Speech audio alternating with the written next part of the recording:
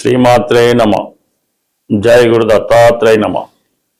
ఈ వీడియోలో మనం మీనరాశి వారికి ఫిబ్రవరి 22 నుంచి 28 మధ్యలో జరిగే వార ఫలాలు పరిశీలించినప్పుడు, సరే ఈ వార ప్రారంభంలో ఆల్రెడీ ఉన్నటువంటి శని భగవానుడు రాశి అందే సంచరించడం జరుగుతుంది. దానివల్ల జాతకుడు ఏదైనా ఒక కొత్త ప్రయత్నాన్ని ప్రారంభించినప్పుడు ఒకే దీక్షతో ఒకే పట్టుదలతో ప్రారంభించడం వల్ల ఆ ప్రయత్నంలో 100% సక్సెస్ అవ్వడం జరుగుతూ ఉంటుంది. ప్రధానంగా ఈ సమయంలో మీరు ఏదైనా ఒక స్థిరాస్తి కొనాలనే మీ ఆలోచన కానీ, ప్రస్తుతం ఉన్నటువంటి గృహం నుంచో ఊరు నుంచో వేరొక ప్రాంతానికి మారాలనే మీ ఆలోచన ఈ సమయంలో నెరవేరే అవకాశం ఉన్నది. అంటే ఇక్కడ రాశ్యాధిపతి గురువు చతుర్థ స్థానంలో వక్రగమనంలో ఉండడం వల్ల జాతకుడు కొంత మార్పుని కోరుకుంటున్నాడు. ఎటువంటి మార్పుని? ప్లేస్ ఆఫ్ చేంజ్ కోరుకుంటున్నారు అని చెప్తూ ఉంటుంది. అలాగే విద్యార్థులు వేరే కాలేజీలోకి మారడం, అలాగే చదువు కొరకు వేరే ప్రాంతానికి వెళ్ళడం, ఇవన్నీ కూడా ఈ సమయంలో జరగాలని ఆలోచన జాతకుడికి ఎక్కువగా ఉంటుంది. అంటే ప్లేస్ ఆఫ్ చేంజ్ కోరుకుంటాడు. జీవితంలో ఏదో ఒక మార్పు రావాలని ఆలోచిస్తూ ఉన్నాడు. అయితే శని భగవానుడు రాశి అందు ఉండడం వల్ల ప్రయత్నం అనుకోవడమే తప్ప దాన్ని పెద్దగా ప్రారంభించినట్టు కనబడతాం. అనుకుంటాడు తప్ప దాని మీద ఏమీ చర్య ఉండదు, ఆ ప్రయత్నమే ఉండదు. కానీ ఎవరన్నా అడిగితే మాత్రం ఇలా జరిగితే బాగుండు అని చెప్తూ ఉంటాడు. అయితే ఈ సమయంలో ఏమైందంటే ప్రధానంగా కుజుడు ధనాధిపతిగా భాగ్యాధిపతిగా ఉన్నటువంటి కుజుడు ఈ వారం అంటే 23వ తారీఖున 12వ స్థానంలోకి రావడం జరిగింది. 12వ స్థానంలోకి కుజుడు లాంటి తీక్షణ గ్రహం ప్రవేశించినట్టునే కూడా జాతకుడు కంపల్సరీగా కొంత మార్పుకి ప్రయత్నం చేయవలసి ఉంటుంది. అంటే కుటుంబానికి దూరంగా వెళ్ళవలసి ఉంటుంది. కుటుంబ స్థానాధిపతి వ్యయంలోకి వచ్చినప్పుడు కుటుంబం కొరకు ధనం ఖర్చు పెట్టడం కానీ, కుటుంబం కొరకు ప్రయాణాలు చేయడం కానీ, మొత్తం మీద భాగ్యాధిపతి కూడా వ్యయంలో ఉండడం వల్ల ఒక దూర ప్రాంత ప్రయాణం, అంటే దూర ప్రాంతంలో విదేశంలో ఉన్నటువంటి మీ యొక్క సంతానాన్ని కలుసుకోవడం కానీ, అలాగే పిల్లలైతే మీ తల్లిదండ్రులను కలుసుకోవడం కానీ, మొత్తం మీద ఏంటంటే ఒక దూర ప్రాంత ప్రయాణం, విదేశ గమనం, ప్లేస్ ఆఫ్ చేంజ్, అలాగే కొంత ఇన్వెస్ట్మెంట్ దేని మీద, భూముల మీదో స్థిరాస్తి మీదో వ్యక్తిగతంగా మీ కొరకు కొంత ధనాన్ని వెచ్చించవలసి ఉంటుందన్నమాట. సో ఈ విధంగా ఉంటే ఆల్రెడీ అక్కడ రవి కూడా ఉన్నాడు. షష్టాధిపతిగా రవి వ్యయ స్థానంలో ఉండడం వల్ల దూర ప్రాంతంలో మీరు చేసే ఉద్యోగ ప్రయత్నాలు చాలా వరకు ఫలిస్తాయి.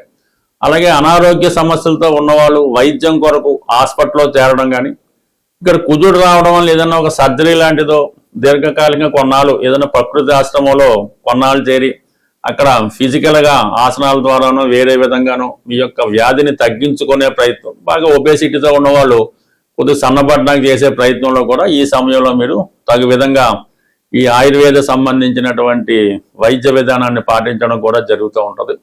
అలాగే మీ కుటుంబంలో ఎవరికైనా హెల్త్ ప్రాబ్లం వల్ల వారిని ఏదో హాస్పిటల్లో చేరించి వారికి వైద్యం చేయడం కూడా జరుగుతూ ఉంటుంది. ఈ ప్రయత్నంలో శుక్రుడు మీకు తృతీయ షష్టాధిపతిగా వ్యయ స్థానంలో ఉండడం వల్ల అప్పు చేసినా సరే సొంత వారి కోసం ధనం ఖర్చు పెట్టడం కానీ, వారి ఇబ్బందుల్లో ఉంటే వాళ్ళని ఆదుకోవడం కానీ, వాళ్ళని ఏదో విధంగా పరామర్శించి వారి కష్టాలు తీర్చే విధంగా మీరు చేయవలసి ఉంటుంది. అది ఒక స్నేహితురాలు అవ్వచ్చు, మీ సిస్టర్ అవ్వచ్చు, మీతో పరిచయం ఉన్న వాళ్ళు అవ్వచ్చు. ఈ విధంగా ఈ పరిచయం ఉన్నటువంటి స్త్రీల కోసం కొంత ధనాన్ని మీరు ఖర్చు పెట్టి వారి బాగోగులు చూడడం, వారి కొరకు కొంత సమయాన్ని ధనాన్ని వెచ్చించడం కూడా జరుగుతుంది.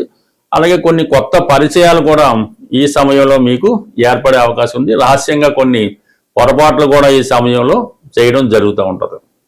ఇక బుధుడు కూడా అక్కడే ఉన్నాడు. చతుర్థ సప్తమాధిపతిగా వ్యయ స్థానంలో ఉండడం వల్ల జీవిత భాగస్వామితో కలిసి ప్రయాణాలు చేయడం కానీ, జీవిత భాగస్వామికి అనారోగ్య కారణంగా ఆమె హాస్పిటల్లో చేరడమో లేదంటే పుట్టింటికి వెళ్ళడమో వేరే చోటకి వెళ్ళడం వల్ల మీరు కొన్ని కొత్త రుచులకో కొత్త అలవాట్లకో అలవాటు పడడం కూడా జరిగే అవకాశం ఉంది. బట్ ఏదైనా మనసు చంచలంగా ఉంటుంది, దేని మీద నిలకడ ఉండదు, చేద్దామని అనుకోవడం తప్ప చేయలేకపోతుంటారు. ఈ విధంగా కొన్ని కొత్త ప్రయత్నాలు, కొన్ని కొత్త సుఖాలు, కొన్ని కొత్త ఆలోచనలు, కొన్ని కొత్త అలవాట్లు జాతకుడిని ప్రలోభ పెడతా ఉంటాయి. మీరు ఎంత స్థిరంగా ఉంటూ మనసును ఎంత కంట్రోల్ చేసుకుంటే మీ జీవితంలో అంత అభివృద్ధి రావడం జరుగుతుంది. సాధారణంగా ఈ గోచార రీత్యా వచ్చే ఫలితాలు, ఏలినాడు సేన అవచ్చు, జన్మసేన అవచ్చు, అష్టమసేన అవచ్చు, రాహు ప్రభావం అవచ్చు, ఇవి జాతకుడు తన ప్రయత్నపూర్వకంగా మార్చుకునే అవకాశం ఉంది. తనకు అనుకూలంగా కూడా జాతకుడు మార్చుకోవచ్చు. అంటే ఈ గోచార ఫలితాలు జాతకుని ఇండికేట్ చేస్తుంటాయి, ఇది జరగబోతుంది సుమా, ఈ ఉద్యోగంలో నీకు ఇబ్బంది రావచ్చు, లేదంటే నీకు హెల్త్ పరంగా ఈ ప్రాబ్లం రావచ్చు అని ముందుగానే హెచ్చరించడం జరుగుతున్నవే ఈ గోచార ఫలితాలు. అయితే వీటిని జాతకుడు ముందు జాగ్రత్తగా దాని నుంచి బయటపడే అవకాశం ఉన్నది. అలాగే కొన్ని తనకు అనుకూలంగా కూడా ఉపయోగించుకోవచ్చు. జాతకుడు ఏదో ధనం అవసరం ఉంది, అప్పు కోసం ప్రయత్నం చేస్తున్నాడు, ఈ గోచారరీత్యా ఈ గ్రహాలు మీకు అనుకూలించినప్పుడు సులభంగా మీకు అప్పు దొరకడం జరుగుతూ ఉంటుంది. అదే ఎవరి దగ్గర దొరుకుతుంది, బ్యాంక్ దగ్గర, బంధువుల దగ్గర, భార్య దగ్గర, అన్నదమ్ముల దగ్గర అన్నది కూడా గోచారం మీకు చెప్తూ ఉంటుంది. ఆ విధంగా మీరు ఆ స్నేహితుల దగ్గర ఎవరి దగ్గర ప్రయత్నం చేయడం వల్ల ఆ సమయానికి ధనం అన్నది దొరుకుతూ ఉంటుంది. దాంతో మీరు అవసరాలు కూడా తీసుకోవచ్చు.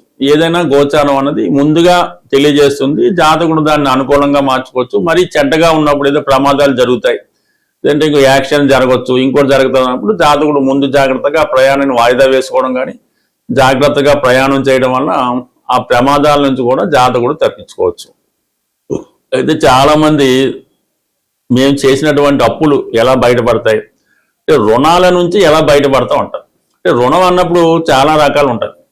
తల్లిదండ్రులకు సేవ చేయవలసింది, వాళ్ళ బాధ్యత చూడవలసిన రుణం ఉంటుంది. చెల్లెళ్ళకో అక్కలకో పెళ్లిళ్ళు చేయడం బాధ్యత ఉంటుంది, ఇది కూడా రుణమే అంటారు. ఈ రుణం కోసం కొంతమంది అడిగితే దానికి పరిహారం పనిచేస్తూ ఉంటుంది. మీ చెల్లెలు గారికో లేదంటే మీ అక్కగారికో పెళ్ళి అవ్వట్లేదు, ఏదో పరిహారం, వాస్తు పరిహారం ఇంకోటో చెప్పడం వల్ల అది 100% ఆ రుణ ప్రయత్నం అన్నది తీరిపోతుంది. అంటే ఆ బంధం, ఆ రుణం, ఆ భారం మీరు తగ్గించుకోవచ్చు. అయితే ధనం, ఏదో అవసరానికి మీరు ధనం అప్పు చేస్తారు, ఏదో ఇల్లు కొన్నాక అప్పు చేస్తారు, లేదంటే పెళ్లి చేయడానికి అప్పు చేస్తారు, ఇంకొక ప్రయత్నానికి అప్పు చేస్తారు, లేదంటే సొంత అవసరాలకో, జోదానికో, ఇంకో దానికో, వ్యసనానికో ఏదో కారణం వల్ల అప్పు తెస్తూ ఉంటారు. అయితే కొన్ని లగ్నాల వారికి, కొన్ని రాసుల వారికి అప్పు చిన్నగా మొదలవుతుంది, ఒక 10,000తో మొదలై అది 10 లక్షలు, 10 కోట్ల దాకా మారుతూ ఉంటుంది. మరి ఈ అప్పు తీయడానికి ఏమైనా మార్గం ఉన్నదా అంటే మాత్రం దీనికి సమాధానం అన్నది ఎవరి దగ్గర ఉండదు. అంటే మనం ఏదన్నా అప్పు చేసి ఆస్తి కొంటే ఆస్తి రేటు పెరిగితే ఒక విధంగా ఉంటుంది, లేదంటే అది వేరే చోట పోగొట్టుకుంటే అది వేరే విధం. అంటే అప్పు, మీరు చేసినటువంటి అప్పు ఎలా తీరుతుంది అన్న విషయం ఒకే ఒక వ్యక్తికి తెలుస్తుంది, అప్పు ఎలా తీరుతుంది అన్నది. అది మీకు అప్పు ఇచ్చిన వాడికే తెలుస్తుంది, మీరు అప్పు ఎలా తీర్చగలరో, మీ దగ్గర నుంచి ధనం ఎలా రాబట్టుకోవచ్చో, ఏ ప్రయత్నం వల్ల మీరు ధనం ఈ రుణం నుంచి బయటపడతారన్నది మీకు ఎవరైతే అప్పు ఇచ్చారో వారికి మాత్రమే తెలుస్తుంది. అది బ్యాంక్ అయితే బ్యాంకుకి తెలుస్తుంది, పర్సనల్గా మీరు ఎవరి దగ్గర అప్పు తెచ్చుంటే వాడు ముందుగానే అనుకుంటాడు, ఈ అప్పు ఇచ్చినప్పుడే మీకు ఈ విధంగా ఇతని దగ్గర నుంచి మనం డబ్బు తీసుకోవచ్చు, పర్వాలేదు, వీళ్ళ బంధువులో ఇంకోటో ఉన్నారు, లేదంటే వీడికి ఏదో ఉద్యోగం వస్తుంది, వీడి దగ్గర ఉన్నటువంటి ఆస్తి విలువ పెరుగుతుంది అని వాడు ముందుగానే ఊహించి మీకు అప్పిస్తారు తప్ప ఎటువంటి తెలివితేటలు లేకుండా వీడైతే మీకు అప్పు ఇవ్వడు. అందువల్ల మీరు అప్పు తీరాలి, సిన్సియర్గా మీరు అప్పు తీర్చాలనుకుంటే మీకు ఎవరైతే అప్పు ఇచ్చారో వారి దగ్గరికి వెళ్ళి, అంటే వారిని మీ ఇంటికి పిలిచి చక్కగా అతనికి భోజనం అది పెట్టి అతనితో మాట్లాడి మీ యొక్క కష్టాన్ని అతనికి చెప్పుకోవాలన్నమాట.